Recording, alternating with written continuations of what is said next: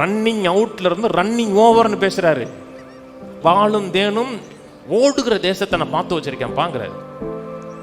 கர்த்தர் நமக்காக வைத்திருக்க திட்டங்கள் நோக்கங்கள் அனைத்தும் நிறைவு. செழிப்பு தேவ சித்தங்க.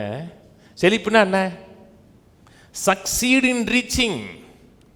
ஸ்ட்ராங் சொல்ற சக்சீட் இன் ரீச்சிங்னா நீங்கள் உங்களை எந்த நோக்கத்தோடு தேவன் அனுப்பினாரோ அந்த நோக்கத்தை நிறைவேற்றுவது.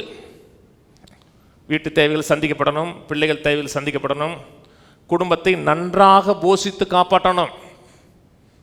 ஆண்டவர் சொன்னார், ஒரு குடும்பத்தை ஒருத்தன் நன்றாக போஷித்து காப்பாற்றலன்னா அவிசுவாசியிலும் சீர்கெட்டவேனார். கெட்டவன் சொல்லலை, ரொம்ப கேவலமாக பேசுகிறார். குடும்பத்தை போஷித்து பாதுகாக்கணும். குடும்பக்கு ஒரு தேவன் வந்துச்சுன்னா நல்லா கவனிங்க. இந்த ஹார்ட் அட்டாக் பெரும்பாலும் பொம்பளைகளுக்கு வராது தெரியுமா? நான் பார்த்ததில்ல இது வரைக்கும்.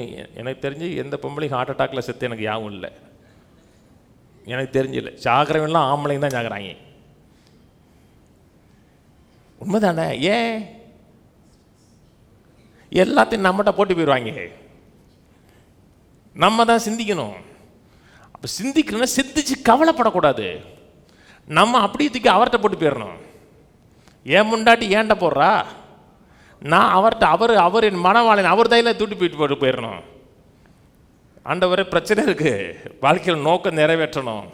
என்னை ஒரு நோக்கத்தோடு அழைத்து இந்த பூமியில் வச்சிருக்கிறேன், அதை நிறைவேற்றுவதற்கு என் கையில் காசு இருக்கணும். அதான் தேவனுடைய நோக்கங்க. கர்த்தர் ஒரு செழிப்புன்னா என்ன? கர்த்தர் ஒரு காரியத்தை செய்ய சொல்கிறாரு, அந்த காரியத்தை செய்து முடிப்பதற்கு முன்பாக நான் வறண்டக்கூடாது. வறட்சி ஆயிடுச்சு, ஆங்கில சொல்ல ரன்னிங் அவுட் ஆயிடுச்சுங்கிறாங்க இல்லையா? ரன்னிங் அவுட்னா முடிஞ்சிருச்சுன்னு அர்த்தம். லூக்கா 6:18 சொல்கிறார், கொடுங்கள் அப்பொழுது கொடுக்கப்படும், அமுக்கி குலுக்கி சரிந்து விழும்படியாய் நன்றாய் அலைந்து மனிதர்கள் மடியில் போடுவார்கள். அந்த சரிந்து விழும்படின்னு இருக்கு இல்லையா, அது ஆங்கில பேர் ரன்னிங் ஓவர்ன்னு இருக்கு. உலகம் ரன்னிங் அவுட்டை சொல்லுது, கர்த்தர் ரன்னிங் ஓவர் சொல்கிறார். உலகம் வறண்டுதுங்கிறது, கர்த்தர் நிரம்பி வழிகிறதுங்கிறாரு. பக்கத்தோட சொல்வார், நான் ரன்னிங் அவுட் ஆக மாட்டேன், என் வாழ்க்கை ரன்னிங் ஓவராயிருக்கும். ஆமென். வறண்டு வறட்சி அடைஞ்சிட மாட்டேன், நிறைவா வளமா வாழ்வேன். அதான் தேவ சுத்தம். வறட்சிங்க அது ரன்னிங் அவுட் ஆகுது. வாழ்நாள் முழுக்கும் இன்னும் பொருளாதாரம் உங்களுக்கு கஷ்டமாகவே இருக்குன்னா உங்கள் மைண்ட் செட்டை நீங்கள் சீர்தூக்கி பார்க்கணும். என்ன விதமான மனநிலை உங்கள் மனதில் இருக்கிறது, எந்த விதமான சிந்தை உங்களுக்கு இருக்குதுன்னு சிந்திச்சு பார்க்கணும்.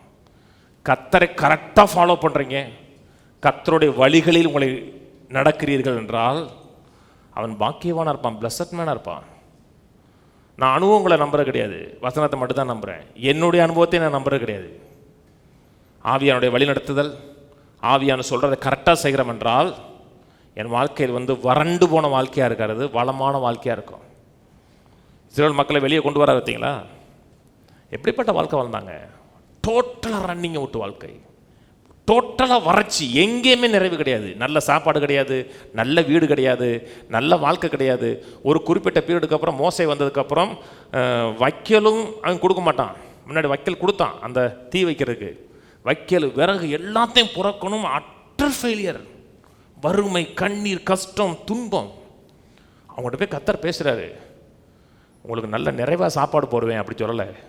நான் ஒரு லேண்டு பார்த்து வச்சுருக்கேன், அது பாலும் தேனும்.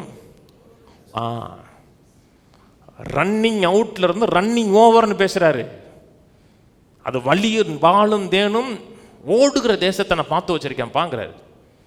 போய் தேசத்தை பார்த்துட்டு வந்தாங்க. பார்த்துட்டு வந்த உடனே ஒரு திராட்சை கொலையை தூக்கிட்டு வராங்க.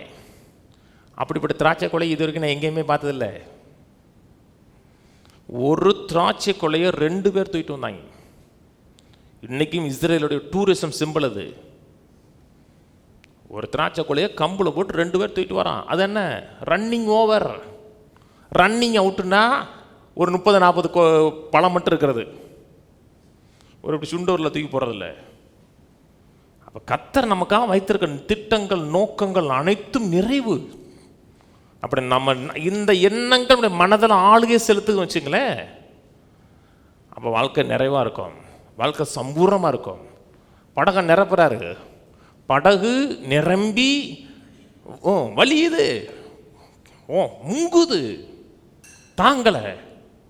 முங்குனுங்க, முங்குனா தாங்க கூட்டாளியை கூப்பிடுவீங்க. நம்முடைய நோக்கங்கிறது நம்முடைய வாழ்க்கை மட்டும் இல்லை. எவனாச்சும் வந்தவனா வடையத்துக்கு பின்னாடி வைக்கிறது இல்லை.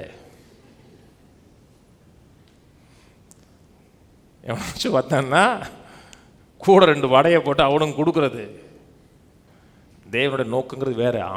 ஆபிரகாம் பற்றி சொல்கிறது, அவள் ஆடு மாடு அந்த இடத்துல தாங்கலன்னு இருக்கு. தேவன் உங்கள் வாழ்க்கையில் மூவ் பண்றார், உங்கள் மனது எண்ணம்லாம் சத்தியத்தினால் நிறைஞ்சிருக்குன்னா ரன்னிங் அவுட் ஆகாது.